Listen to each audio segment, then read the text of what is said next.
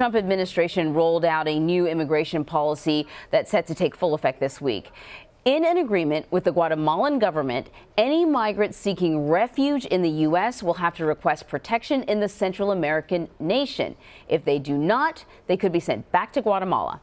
Now, Guatemala's foreign minister says his government expects more arrivals of Honduran and Salvadoran migrants this week. And joining me now with more on this is CBS News immigration reporter Camilo Montoya-Galvez. So, Camilo, this whole policy has to do with migrants seeking status, some sort of asylum status, in the first safe country that they come to. In this case, it's Guatemala. Right. Why is this controversial? Right. So the rationale behind the policy from the administration's perspective is that migrants and asylum seekers, those who are fleeing persecution, should be able to seek protection, to request asylum in the first country they travel through en route to the U.S.-Mexico border. So right now, this agreement with the government of Guatemala is being applied to migrants from both El Salvador and Honduras. These two types of migrants have to travel through Guatemala to reach Mexico and then the U.S.-Mexico border, and the U.S. wants them to apply for asylum in Guatemala. But of course, Anne Maria, as you may know, hundreds of thousands of Guatemala citizens have fled the country to the U.S. In the past 12 months. Many areas of the country suffer from deep-rooted political instability, widespread poverty, and there is a lot of immunity when it comes to violent crime, particularly against indigenous communities and women. So what critics argue is that Guatemala is not a safe country for these migrants to request protection. And I want to add, lastly, Anne-Marie, that the United Nations said that only less than 300 people requested protection in all of 2018 in Guatemala, compared to the tens of thousands of asylum claims that the U.S. gets every year. Yeah, so clearly that's a drop in the bucket. What is ultimately the goal of the Trump administration with this policy? Right, so I think the objective can be seen in the first person who was subject to this agreement.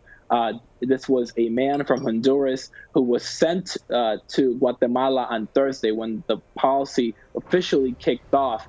He was given two options once the U.S. deported him to Guatemala: either request protection in Guatemala, request asylum there through their really non-existent asylum system, or request help to return back to Honduras. And the option he chose was the latter, right?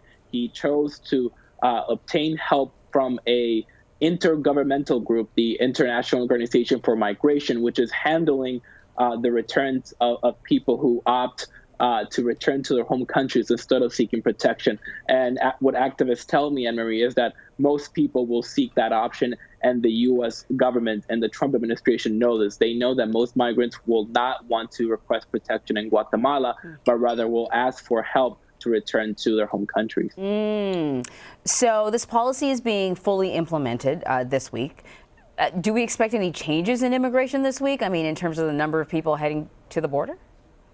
Right. I think over the past 5 months, we've seen a consecutive drop in border apprehensions. Remember, in May, we were hearing of this unprecedented surge of Central American families heading to the border. We've seen those numbers drop consecutively for 5 months now, and the administration expects that trend to continue because of the Remain in Mexico policy, where more than 60,000 asylum seekers are now waiting in Mexico instead of in the interior of the U.S. waiting for their court hearings, and because of these types of agreements. Remember, Anne-Marie, that in addition to this agreement with the government of Guatemala, the Trump administration has also brokered two other very similar agreements with the government of El Salvador and Honduras, which would entail the same types of procedures, right? Having foreign nationals who are not from Honduras or El Salvador seek protection there instead of in the U.S. But we have no idea when these agreements are going to be implemented and what type of asylum seekers